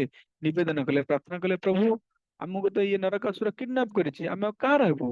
ଆପଣ ଆମକୁ ହିଁ ଗ୍ରହଣ କରନ୍ତୁ। ତେଣୁ ଭଗବାନ କୃଷ୍ଣ କଲେ, 16,000 ସ୍ତ୍ରୀ ଗ୍ରହଣ କଲେ। କେମିତି ଗ୍ରହଣ କଲେ? 16,000 ସ୍ତ୍ରୀଙ୍କୁ ନା ସେଇ କଥା କହୁଛି ଦେଖନ୍ତୁ। ନା ଗୋଟିଏ ଶରୀରରେ ସେଇ ଭଗବାନ କୃଷ୍ଣ 16,000 ସ୍ତ୍ରୀକୁ 16,000 ରୂପରେ ଭଗବାନ କୃଷ୍ଣ କଣ କଲେ? ନିଜକୁ ବିସ୍ତାର କଲେ ଏବଂ ପ୍ରତ୍ୟେକ ସ୍ତ୍ରୀଙ୍କୁ ଅଲଗା ଅଲଗା ମହଲରେ ବିବାହ କଲେ। ଏମିତି ନୁହେଁ କି 16,000 ସ୍ତ୍ରୀ ଗୋଟେ ଜାଗାରେ ବସିଲେ, ଭଗବାନ କୃଷ୍ଣ ବସିଲେ, ବିବାହ ହେଲା ନା। ଏହା ଆପଣ ମନେ ଆସିଲେ ଲାଗୁନି କି? ଭଗବାନ କୃଷ୍ଣ 16,000 ହେଇକି 16,000 ମହଲରେ ଭଗବାନ କୃଷ୍ଣ ପ୍ରତ୍ୟେକ ସ୍ତ୍ରୀକୁ ଜଣେ ଜଣେ କରି ମ୍ୟାରେଜ କରୁଛନ୍ତି। ଏହା ଆପଣ ଆଶ୍ଚର୍ଯ୍ୟ ଲାଗୁନି କି? ଆଜ୍ଞା। ଏଇନା ମନେକର ଆଜ୍ଞା ମାତାଜୀ ଅଫିସରେ ଥିବେ। ବୁଝିଲୁ? ହଁ, ନା ଆଉ ଗୋଟେ ଏକ୍ସାମ୍ପଲ ଦଉଛି। ଅଫିସରେ ଥିବେ, ଘରେ ଥିବେ, ରୁମ ରେ ଥିବେ, ମନ୍ଦିରରେ ଥିବେ, ଆଉ କୋଉଠି ଥିବେ? ତାଙ୍କ ବାପ ଘରେ ଥିବେ। ତାହେଲେ ରେଣୁ ମାତାଜୀ ଆପଣ ଆଶ୍ଚର୍ଯ୍ୟ ହେବେନି କି? ଆରେ ଗୋଟିଏ ଆଜ୍ଞା। ଲୋକ ଅଫିସରେ ଅଛି। ହଁ, ହେ ଭଗବାନ, ଗୋଟିଏ ଲୋକ ଅଫିସରେ ଅଛି, ଅଫିସରେ ଅଛି, ଗୋଟେ ଲୋକ ମନ୍ଦିରରେ ଅଛି, ଗୋଟେ ଲୋକ ଜୁମ୍ କ୍ଲାସରେ ଅଛି, ଗୋଟେ ଲୋକ ତାଙ୍କ ବାପ ଘରେ ଅଛି। ଏହା ଆପଣ ଆଶ୍ଚର୍ଯ୍ୟ ଲାଗୁନି କି? ଆଜ୍ଞା। କେମିତି ଜଣେ ଏତେ ଏତେ ଆଜ୍ଞା। ଜାଗାରେ ଗୋଟେ ଜାଗାରେ କେମିତି ଏକ ସମୟ ରହିପାରିବ? ସମ୍ଭବ ଏଇଟା କି? ବୁଝିଲୁ ପ୍ରଭୁ? ବୁଝିବ ନା ବୁଝିହେଲା ବୁଝିବନି? ପ୍ରଭୁ। ଆଜ୍ଞା। ବୁଝିଲୁ ବୁଝିଲୁ। ହଁ, ଆଶ୍ଚର୍ଯ୍ୟ ନା? ସିଏ ପୁଣି ନାରଦ ମୁନି ଆଶ୍ଚର୍ଯ୍ୟ। ଆରେ ଭଗବାନ କୃଷ୍ଣ ଏ ସମୟରେ କିପରି ନିଜକୁ ଏତେ ବିସ୍ତାର କଲେ? ସବୁ ରାଣୀଙ୍କ ପାଖରେ କିପରି ଏକ ସମୟ ରହିକି ବିବାହ କେମିତି କଲେ? ଇଏ ଆଶ୍ଚର୍ଯ୍ୟ ହେଇକି କଣ କଲେ? ଭଗବାନ ଯୋଉ ନାରଦ ମୁନି ଆସିଲେ, କଣ ଦ୍ୱାରିକାକୁ ଆସିଲେ। ଏହା ବୁଝିବା ଉଚିତ କି ସେହି ସମୟରେ ବିଭିନ୍ନ କ୍ରିୟାତ୍ମକ ରୂପରେ ପ୍ରତ୍ୟେକ ଠାରେ କୃଷ୍ଣଙ୍କର ପୃଥକ ଅଭିମାନ କାର୍ଯ୍ୟ ପରିଲକ୍ଷିତ ହୋଇଥାଏ। ଏଇଟା କାହିଁ କୁହାହଉଛି ନା, ନାରଦ ମୁନି ଦେଖିଲେ ଯଦିଓ କୃଷ୍ଣ ଏକ, କିନ୍ତୁ ପ୍ରତ୍ୟେକ ମହଲରେ କୃଷ୍ଣ ସମୟ ଅନୁଯାୟୀ କାର୍ଯ୍ୟ କରୁଛନ୍ତି। ପ୍ରତ୍ୟେକ ରାଣୀ ଭାବୁଛନ୍ତି କୃଷ୍ଣ ମୋ ପାଖରେ ଅଛନ୍ତି। କେତେ ସୁନ୍ଦର ଏଇଟା। ଏହା ଦେଖି ନାରଦ ମୁନି ଆଶ୍ଚର୍ଯ୍ୟ ହୋଇଛନ୍ତି। ତେଣୁ ଏକ ରୂପ ଏକ ସମୟରେ ଭିନ୍ନ ଭିନ୍ନ କାର୍ଯ୍ୟ କରିଥାନ୍ତି। ବୁଝିପାରିଲେ? ମାନେ ନାରଦ ମୁନି ଦେଖୁଛନ୍ତି କଣ ନା ଭଗବାନ କୃଷ୍ଣ ଆରେ ଏ ରାଣୀଙ୍କ ପାଖରେ ଅଛନ୍ତି, ଗୋଟେ କାମ କରୁଛନ୍ତି। ମନେକର ସକାଳେ ଗଲେ, ମନେକର ଭଗବାନ କଣ ସକାଳେ କାମ କରୁଛନ୍ତି, ପୁଣି 10ଟା ଗଲେ ଆଉ ଗୋଟେ ଘରେ 10ଟା କାମ କରୁଛନ୍ତି, ଆଉ ଗୋଟେ ଘରେ ବିଭିନ୍ନ ମହଲରେ ଭଗବାନ ଉପସ୍ଥିତ ଅଛନ୍ତି ଏବଂ ବିଭିନ୍ନ ଲୀଳା କରୁଛନ୍ତି। ଏବଂ ବହୁତ ଆଶ୍ଚର୍ଯ୍ୟର କଥା, ଦ୍ୱାରିକାର ରାଣୀ ମାନେ ଭାବୁଛନ୍ତି କଣ କୃଷ୍ଣ କେବଳ ମୋ ପାଖରେ ଅଛି, ଆଉ କାହା ପାଖରେ ନାହାନ୍ତି। ଇଏ ଭାରି ଇଣ୍ଟରେଷ୍ଟିଂ କଥା, ହଁ କି ନାଇଁ? ଦ୍ୱାରିକାର ପ୍ରତ୍ୟେକ ରାଣୀ ଭାବୁଛନ୍ତି ଯେ କୃଷ୍ଣ ମୋ ପାଖରେ ଅଛନ୍ତି, ଆଉ କାହା ପାଖରେ ନାହାନ୍ତି। ଯେମିତି ରାସଲୀଳାରେ ଭଗବାନ କୃଷ୍ଣ କଣ କରିଛନ୍ତି ନା ଅନନ୍ତ ରୂପ ନିଜକୁ ବିସ୍ତାର କରିଛନ୍ତି। ସମସ୍ତ ଗୋପୀମାନେ ଭାବୁଛନ୍ତି କଣ କୃଷ୍ଣ ମୋ ସହିତ ନୃତ୍ୟ କରୁଛନ୍ତି, ଆଉ କାହା ସହିତ ନାହାନ୍ତି, ନାଇଁ କଣ? ତେଣୁ ଭଗବାନ ଏକ, ଗୋଟିଏ ଭଗବାନ एक समय भिन्न भिन्न कार्य करिथांती करिपरिबे आपण किए नहीं प्रभु, आ नहीं प्रभु, ନାଇଁ ये करिपरिबे नहीं ना।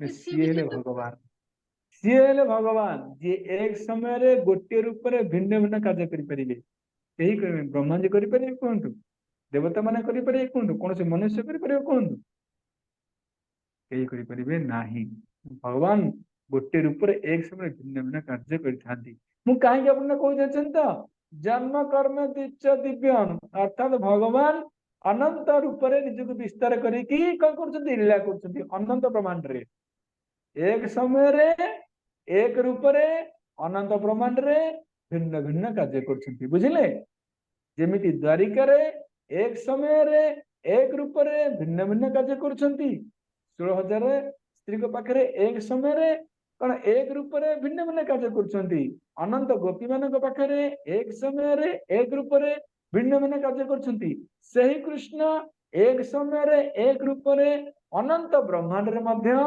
भिन्न भिन्न लीला संपादन करिथांती बुझिले ना बुझी आज्ञा पाइले आज्ञा आज्ञा ना एथर के एबे भी कहां डाउट अछि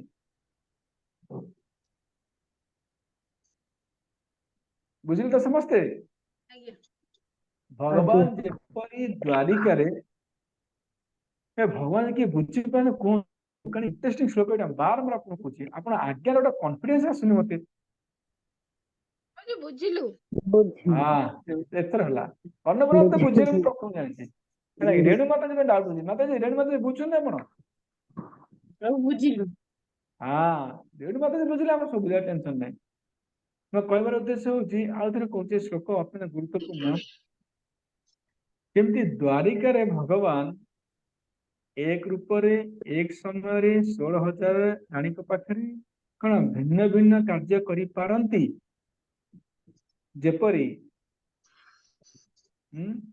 ରାସଲୀଳାରେ एक भगवान एक समय अनंत रूप कोटि कोटि गोपी मान लीला करी भगवान एक रूप एक समय अनंत कोटि ब्रह्मांड रे मध्य भिन्न भिन्न लीला करी आसुधार कौन आवश्यक अच्छी आप कौन डाउट आप कहीं डाउट कर डाउट अच्छे ना ନା भगवान भगवान भिन्न भिन्न कार्य अनंत अनंत अनंत कोटि ब्रह्मांड करि परंती तले कहंतु भगवान जन्म एवं कर्मर आदि अंत अच्छे कि नहीं तो ନା भगवान जन्म कर्म कौन नित्य सबदा चली तेणु कह जाउची भगवान जन्म एवं कर्म कौन नित्य अटे ନିତ୍ୟ सबदा चली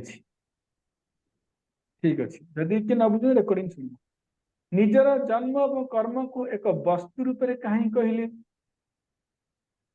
से तो कहले कौन जन्म कर्म नित्य अटे ठीक है बुझीगले ये कह जन्म कर्म को वस्तु रूप में कहीं कहले पृथक रूप में आरंभ हबार कारण ଏହା ଉପରେ ପୃଥକ ରୂପରେ ବିଚାର ବିମର୍ଶ କରାଯିବା ଉଚିତ ଦେଖନ୍ତୁ ସୁନ୍ଦର କଥା କହୁଛି ଜନ୍ମ କର୍ମକୁ ବସ୍ତୁ ରୂପରେ କହୁଛି ମାନେ ଏକ ଜନ୍ମ କର୍ମ ନିତ୍ୟ କାହିଁ କହୁଛନ୍ତି ମିଶିକି କାହିଁ କହୁଛନ୍ତି ଅଲଗା ଅଲଗା କାହିଁ କହୁନାହାନ୍ତି ଆରେ ଜଣେ ଜନ୍ମ ହେଲେ କର୍ମ କରିବ ନା ଜନ୍ମ କର୍ମ ତ ଅଲଗା ଅଲଗା ହଁ କି ନାଇଁ ଜଣେ ଜନ୍ମ ହେଲେ କର୍ମ କରିବ ତାହେଲେ ଜନ୍ମ ଆଗ ହବ ତାପରେ କର୍ମ କରିବେ ତ ଦିଟା ଅଲଗା ଅଲଗା ଜିନିଷ ତାକୁ ମିଶିକି କହୁଛନ୍ତି ଜନ୍ମ କର୍ମ କାହିଁ କହୁଛନ୍ତି ଏଇଟା कौन ये विचार विचार कर जन्म कर्म को एक साथ कहीं होउछंती ना ना काल भेद को कहवा परे मध्य ता समान रूप से क्रियामान अटे अर्थात जन्म कर्म दोनों ही नित्य अटे भगवान कौन कर्म नित्य नुहे जन्म नित्य भगवान कहते सर्वदा जमी सूर्य सर्वदा कौन प्रत्येक समय उदित होती सेहीपरि भगवान प्रत्येक समय आविर्भूत होती तेणु जन्म एवं कर्म को मिसेक नित्य कहुच्छी सूर्य वर्तमान उदित हेले एग्जांपल समस्त दयाक श्रवण करूँ सूर्य वर्तमान उदित हेले मध्याह्न तेज प्रकाश कले कालभेद अनुजाई किंतु सूर्य एठारे उदित हेले एवं अन्य कोठी उदित होउछंती बुझे कंटिन्यूअसली सूर्य उदित होउछंती ए उदित हवा नित्य अटे बुझिला तो ना बुझिला ए जो कृष्ण सूर्य प्रत्येक समय रे उदित होउछंती कंटिन्यूअसली उदित होउछंती ना नित्य अटे सर्वदा उदित होउछंती सेपरि भगवान भगवान एठारे जन्म हेले मध्य अन्य कोटी मध्य जन्म होउछंती के सुंदर कथा हां कंटिन्यूअसली जन्म होउछंती यह काल भेद यह काल भेद अटे ना नित्य अटे कौन बुझी पाइले भगवान शुणु बुझे चेष्टा करंतु सूर्य कौन प्रत्येक समय उदित होउछंती सूर्यकर उदित हवा कौन कंटिन्यूअसली प्रोसेस माने सूर्य कंटिन्यूअसली उदित होउछंती तेणु सूर्यकर उदित हवा कौन नित्य अटे सेहीपरि भगवान कौन करछंती ना कंटिन्यूअसली आविर्भूत होउछंती कंटिन्यूअसली जन्म होउछंती हां एठरे आज जन्म होले काली सेठरे कौन तापर मुहूर्त आउ को प्लांट रे एमिते कंटिन्यूअसली भगवान कृष्ण जन्म होउछंती जेपरि सूर्य कंटिन्यूअसली उदित होउछंती तेणु या काल भेद नुहे काल भेद माने कौन ए काल को काल से संपर्क किछि नाही या नित्य अटे माने कौन सर्वदा चलीछि माने प्रत्येक मुहूर्त रे प्रत्येक समय रे सूर्य उदित होउछंती जेपरि सूर्य प्रत्येक समय उदित होउछंती सेहीपरि भगवान कृष्ण प्रत्येक समय रे विभिन्न प्रकार प्लानेट रे जो अनंत कोटि प्लानेट रे जन्म ग्रहण करुछंती तेणु जन्म ग्रहण करबाटा होची कोन कंटीन्यूअस प्रोसेस तेणु यह नित्य अटे बुझियला भगवान करा जन्म मध्य नित्य और कर्म मध्य नित्य बुझिले भगवान का जन्म एवं कर्म दोनों ही नित्य अटे अतः विभिन्न शास्त्र रे पूर्व घटित लीला गुड़ी नित्य अटे स्तुति कहिता है यद भूतं भवच भविष्यत च अर्थात भगवान भूतकाल रे विद्यमान थिले वर्तमान विद्यमान अटंती एवं भविष्य रे मध्य विद्यमान रहिबे एटा बृहत्तरण पद कहैछि यार अर्थ होछि यद्यपि भगवान निजर रूप को उपसंहार करिथांती फिर भी से ही उपासनार उपादेय वस्तु अटंती अर्थात यद्य भगवान कृष्ण कौन करती जेपरि आविर्भूत होइथांती सेपरि निजକୁ कौन करती तिरोभाव कर देथांती नहीं कौन भगवान तिरोभाव हेले मध्य भगवान ही एकमात्र उपासना वस्तु अटंती आउ कि उपासना वस्तु अटंती हाँ कहतु आम आ उपासना करि परिबा भगवान कृष्ण छाड़ी कि नहीं प्रभु ना कहतु भगवान कृष्ण को भलिया जन्म कर्म कहार अछि नित्य के से भगवान कृष्ण को जन्म कर्म नित्य केही करिव नाही यह बुझिबा उचित कि भगवान कर जन्म आम प्रकृति जन्म ठाରୁ भिन्न अटे आमे केमिति जन्म होचे कारण अधीन बा कर्म अधीन रे आम कर्म अनुसार जन्म ग्रहण करुचे भगवान कर प्राकृत जन्म अनुकरण करी आवृत होइथांती अथवा किछि मात्रे अनुकरण करथांती या भागवत रे कहैछि बुझिले त मक कहर देछि भगवान अंगलिया कर्म अनुसार जन्म ग्रहण करंती नाही आमे परि जन्म कोन आम जन्म कोन नित्य अटे नहीं हम तीन जन्म ग्रहण करछे नहीं नहीं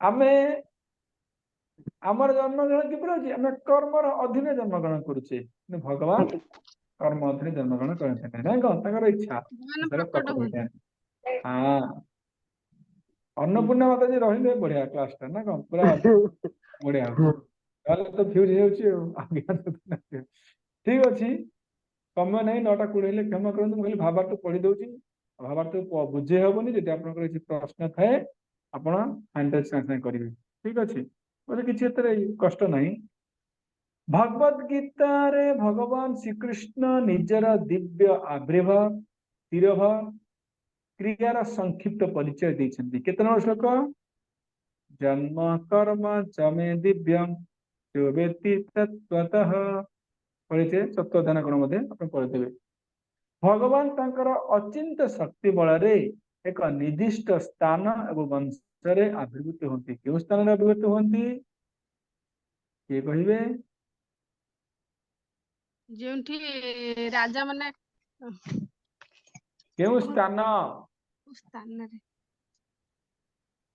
ହେ ଭଗବାନ, ରାମାୟଣ ସରିଲାଣି କଣ ସୀତା ସେଇଭଳିଆ କ୍ଲାସ ପ୍ରଭୁ ସରିଲାଣି।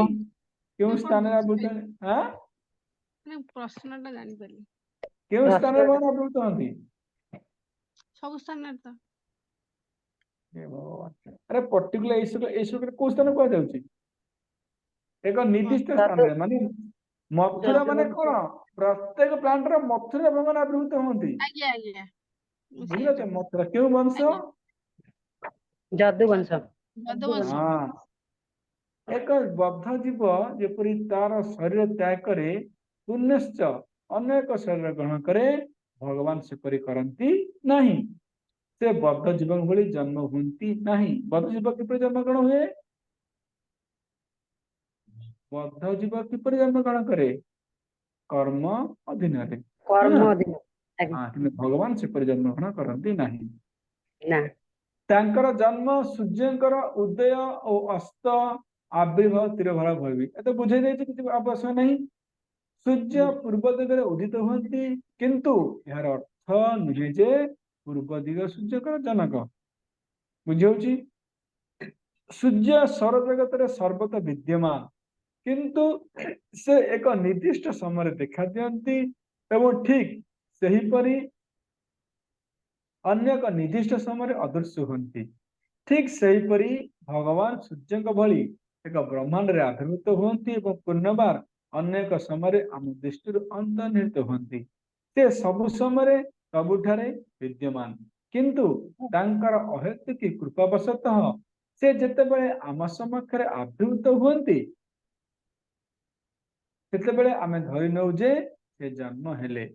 ପ୍ରାମାଣିକ ବୈଦିକ ଶାସ୍ତ୍ର ବର୍ଣ୍ଣନା ଅନୁଯାୟୀ ଏ ସତ୍ୟକୁ ଯିଏ ବୁଝିପାରେ, ସେ ଏ ଶରୀର ତ୍ୟାଗ ପରେ ନିଶ୍ଚିତ ରୂପେ ଆଉ ଥରେ ଜନ୍ମଗ୍ରହଣ କରେ।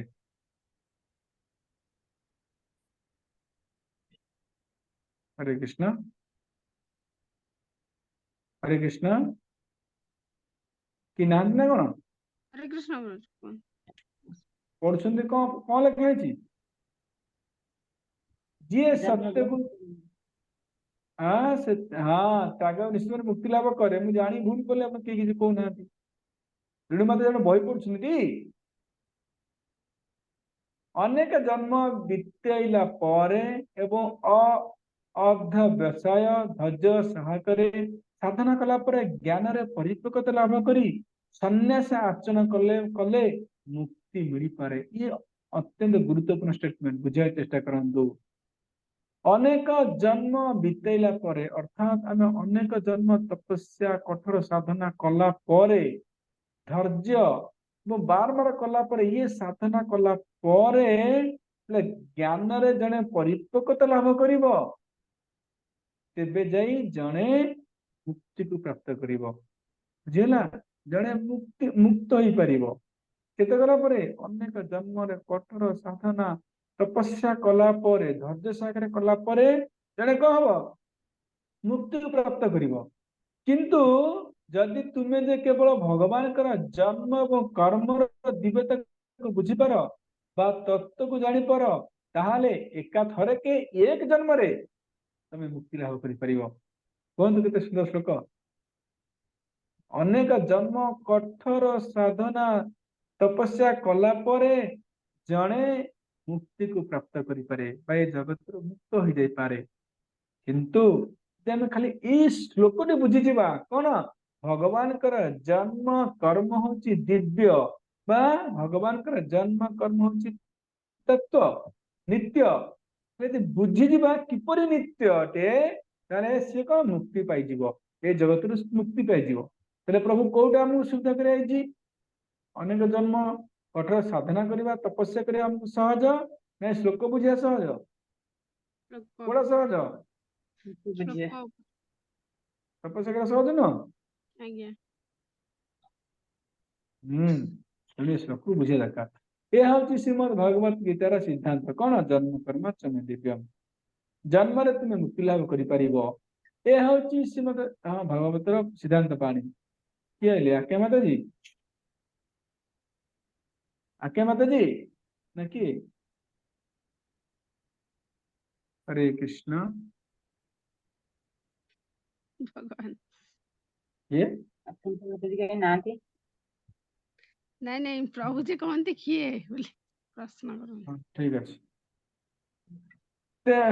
किंतु जो माने अज्ञ व मूर्ख व्यक्ति से माने कहती जे ये भौतिक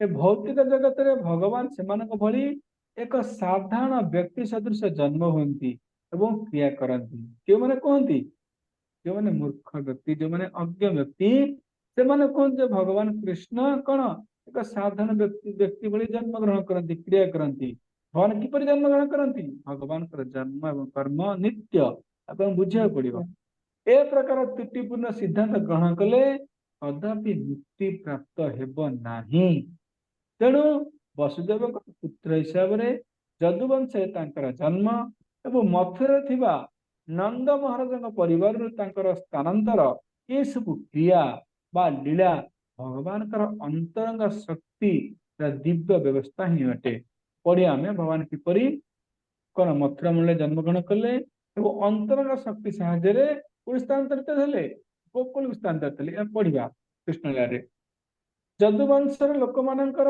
तथा मथुर लोक मानकर भाग्य भौतिक मानदंड रे मपा जाई पारिबो नाही बुझिपारे तो मथुरा जो जन्म ग्रहण कर भगवान आपको आम भौतिक हिसाब से मापी पारिबा नाही ये केते बड़ महान स्थान और भगवान जन्म मथुरा कौन भगवान पे आज कौन है पुण्यवान है पुण्यतम हो जाइए जदुवंशर जश से कह जशस्वी हो जाइए जदुवंश सम्मान आमे मापी परिबा नाही जदि केवल भगवान जन्म और कर्मर दिव्यता कथा जानी पारे जदि जे केवल भगवान जन्म और कर्मर दिव्यता कथा जानी पारे ताले से अति सहज मुक्ति लाभ करि पारे नहीं खाली जदि भगवान जन्म कर्म नित्य जानी परिबा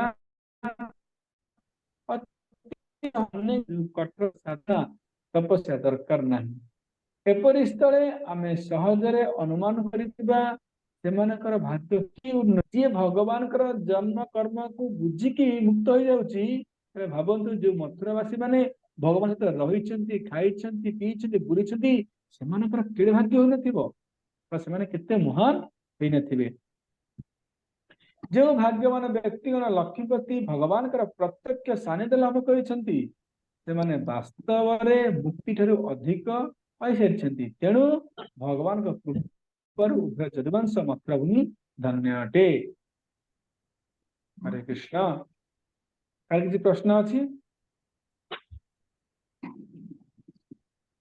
हरे कृष्ण हाँ प्रभु किसी प्रश्न है तो ताहले तीनोटी प्रश्न पचारिकी बंद करिबा भगवान आम दुईटी श्लोक आलोचना कले भगवान काल देश पात्र आविर्भूत होती माने भगवान केउ समय रे जन्म करथांती के जने कहंतु केउ समय जन्म ग्रहण करथांती जल्दी जल्दी कोई समय नहीं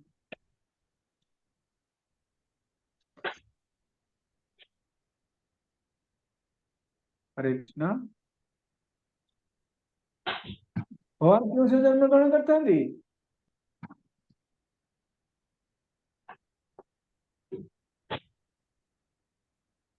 काल देश पात्र क्यों समय रे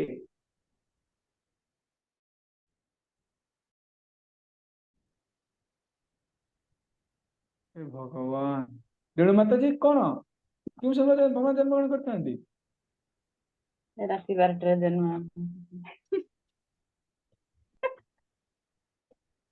ନାଇଁ ପ୍ରଭୁଜୀ ଯେତେବେଳେ ରାଜା ହେଲେ हाँ कौन तो अनुग्रह ଆଜ୍ଞା जल्दी जल्दी कहतु ଆଜ୍ଞା ସାରେ ଡାକନ୍ତି। ମୁଁ ଯାଉଛି ବୁଝିଛି ଯୋଉ ରାଜା ମା ଯଦି ତମ ଗୁଣରେ ଥାନ୍ତି ସେତେବେଳେ ଭଗବାନ ସେ କହି ଦିଦି ଭଗବାନ ମୁଁ ଏତେ ସେତେବେଳେ ବୁଝୁଛି ଆପଣ କଣ ବୁଝୁଛନ୍ତି ଧନ୍ୟ ମୁଁ ପାଠପଢା ଶିଖେଇଲି ଧନ୍ୟ ତମ ଗୁଣରେ ଯେତେବେଳେ ଥାନ୍ତି ରାଜା ମାନେ ଆଉ ସେତେବେଳେ କଣ ବୁଝୁଛନ୍ତି ଦିଦି ମୁଁ ଲକ୍ଷ ଥର କହିଲେଣି ଠିକ ଅଛି କେଉଁ କାଳ କେଉଁ ଦେଶରେ ଜନ୍ମଗ୍ରହଣ କରିଥାନ୍ତି କେଉଁ ଦେଶ ମଥୁରେ ମଥୁରାରେ କଣ ଗଲା କାଳ ଦେଶ କେଉଁ ପାତ୍ରରେ ଜନ୍ମଗ୍ରହଣ କରିଥାନ୍ତି ଯଦୁବଂଶ ହଁ ଏବଂ ଜନ୍ମ ଏବଂ କର୍ମ ହଉଛି ନିତ୍ୟ ଏଟା କହିପାରିବେ ଜଲ୍ଦି ଭଗବାନଙ୍କର ଜନ୍ମ ଏବଂ କର୍ମ ହଉଛି ନିତ୍ୟ କିପରି ନିତ୍ୟ କର୍ମର ଆରମ୍ଭ ଅଛି ଶେଷ ଅଛି ଭଗବାନଙ୍କର ଲୀଳା ହଁ ହଁ ଭଗବାନଙ୍କର କହିଲା ଲୀଳା ଅନନ୍ତ ଅନେକ ଅଟେ ଅନନ୍ତ ହଁ ଅନେକ ଅନନ୍ତ ଜାଗାରେ ଅଟେ ଅନେକ ଜାଗାରେ ଅନନ୍ତ ବ୍ରହ୍ମାଣ୍ଡରେ କଣ୍ଟିନ୍ୟୁସ୍ ଚାଲିଛି ତେଣୁ ଭଗବାନଙ୍କର ଜନ୍ମ କର୍ମର ଅନ୍ତ ନାହିଁ ବା ଆଦି ନାହିଁ ତେଣୁ ଭଗବାନଙ୍କର ଜନ୍ମ କର୍ମ ନିତ୍ୟ ଅଟେ କରିବା ବଂଶା କଲ୍ପତରୁ